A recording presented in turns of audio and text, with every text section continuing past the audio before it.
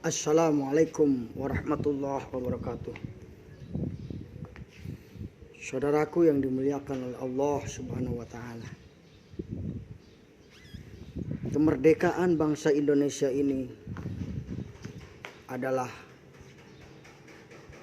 nikmat dari Allah Subhanahu wa taala yang harus kita syukuri. Tidak ada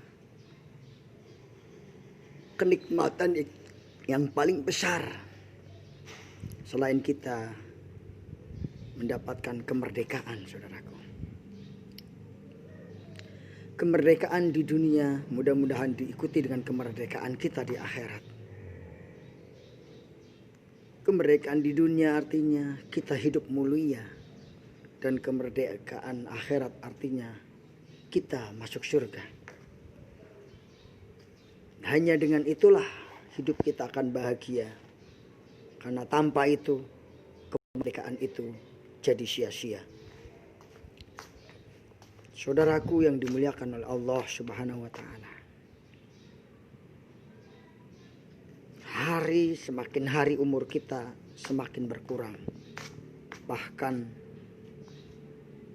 tidak dipungkiri besok atau lusa kita akan meninggalkan dunia ini. Lalu apa yang kita persembahkan untuk Allah, untuk diri kita saat kita menghadap Allah Subhanahu wa taala? Terlalu sedikit amal yang kita berikan kepada diri kita untuk Allah Subhanahu wa taala. Namun jika didasari dengan keikhlasan, ketulusan, insya Allah itulah bekal yang terbaik untuk menghadap Allah Subhanahu wa taala. Semoga dengan nikmat kemerdekaan ini kita bisa mengisi kemerdekaan dengan kegiatan-kegiatan yang positif yang membawa dampak pada bangsa kita lebih bermartabat, lebih maju dan lebih berwibawa. Kita doakan para pemimpin yang sedang memperjuangkan bangsa ini, sedang membina rakyatnya, sedang membina umat. Mudah-mudahan diberi kesehatan, keselamatan, dan kebahagiaan dalam kehidupan sehari-hari. Saudaraku yang dimuliakan oleh Allah Subhanahu wa taala. Detik demi detik umur kita berkurang, bukan bertambah. Orang bilang bertambah, tapi sesungguhnya umur kita yang sudah ditentukan pada hakikatnya sedang berkurang. Harusnya kita sadari bahwa umur kita memang sedang berkurang, bukan bertambah. Nah, saudaraku yang dimuliakan oleh Allah Subhanahu wa taala. Mengapa kita harus berbekal untuk menghadapi kematian? Karena sesungguhnya kehidupan di dunia ini hanyalah sementara. Apa bekalnya? Yaitu kita ikhlas menjadi hamba Allah. Bagaimana cara menjadi hamba Allah yang ikhlas? Itulah yang perlu kita kerjakan dalam kehidupan kita, dan kita perlu lakukan untuk berlatih menjadi hamba Allah yang ikhlas. Karena sesungguhnya keikhlasan itu akan membawa sesuatu yang jauh menjadi dekat, sesuatu yang berat menjadi ringan, sesuatu yang tidak mungkin menjadi mungkin. Itulah keikhlasan sesungguhnya. Orang yang ikhlas, dia akan tahan ketika diuji oleh Allah Subhanahu wa taala.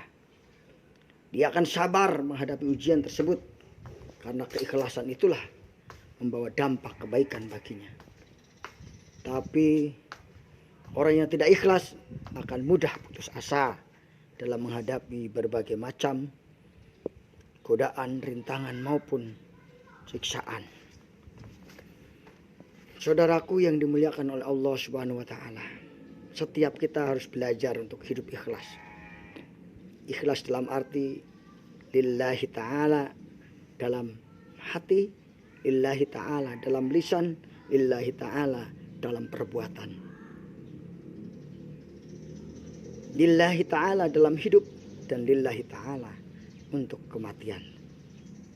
Itulah yang dinamakan ikhlas. Karena itu ikhlas adalah sumber daripada kebaikan.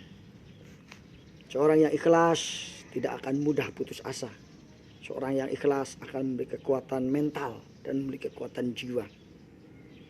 Ikhlas ibaratkan ruh di dalam burung yang ada di dalam sangkar. Nah, saudaraku yang dimuliakan oleh Allah Subhanahu wa taala. Marilah kita burung absen belajar untuk menjadi orang-orang yang ikhlas dalam hidup ini. Jika kita menjadi seorang pemimpin, pimpinlah dengan ikhlas. Jika kita menjadi bawahan, relalah dipimpin dengan ikhlas. Jika kita menjadi pedagang, tukang ojek, semuanya lakukan dengan keikhlasan. Insya Allah akan membawa keberkahan. Jangan yang tukang ojek ngiri dengan guru, yang guru ngiri dengan tukang ojek. Akhirnya apa? Tidak ada kenyamanan dalam hidup. Hanya dengan keikhlasan itulah yang akan menyebabkan seorang menjadi lebih baik di hadapan manusia maupun di hadapan Allah Subhanahu wa taala. Semoga kita menjadi orang-orang yang ikhlas. Karena itulah perintah Allah, wa ma umiru illa liya'budullah mukhlisina lahuddin hunafa'a wa yuqimus shalah wa dzalika dinul qayyim. Itulah agama yang lurus. Ketika kita berlaku ikhlas menjadi hamba Allah, maka kita berada dalam keadaan jalan Allah. Tapi ketika kita tidak ikhlas, berarti kita berada di jalan yang tidak diridhoi oleh Allah, atau kita berada di jalan syaitan. Na'udzubillah, summa na'udzubillah. Banyak orang yang berbicara mati di jalan Allah, tapi tidak jarang yang berbicara tentang hidup di jalan Allah. Hidup di jalan Allah ini tidaklah mudah, Bapak Ibu. Kenapa? Karena banyak hal-hal yang dilarang oleh Allah. Banyak hal-hal yang tidak disenangi oleh kita, tetapi dilarang oleh Allah Subhanahu wa taala. Itulah saudaraku. Jiwa yang ikhlas akan menumbuhkan akhlak yang baik.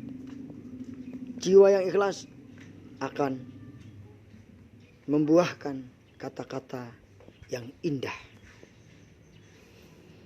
Jiwa yang ikhlas akan melahirkan generasi-generasi yang ikhlas. Jadi jangan salahkan murid kita. Kalau murid kita tidak ikhlas dalam bekerja, mungkin kita sebagai guru harus memperbaiki keikhlasan kita. Betul apa? Betul. Betul tentunya. Saudaraku yang dimuliakan oleh Allah Subhanahu wa taala. Setiap hari, setiap malam malaikat senantiasa mencatat kebaikan dan keburukan kita. Oke, sampai di sini. Terima kasih. Wassalamualaikum warahmatullahi wabarakatuh. Halo, assalamualaikum.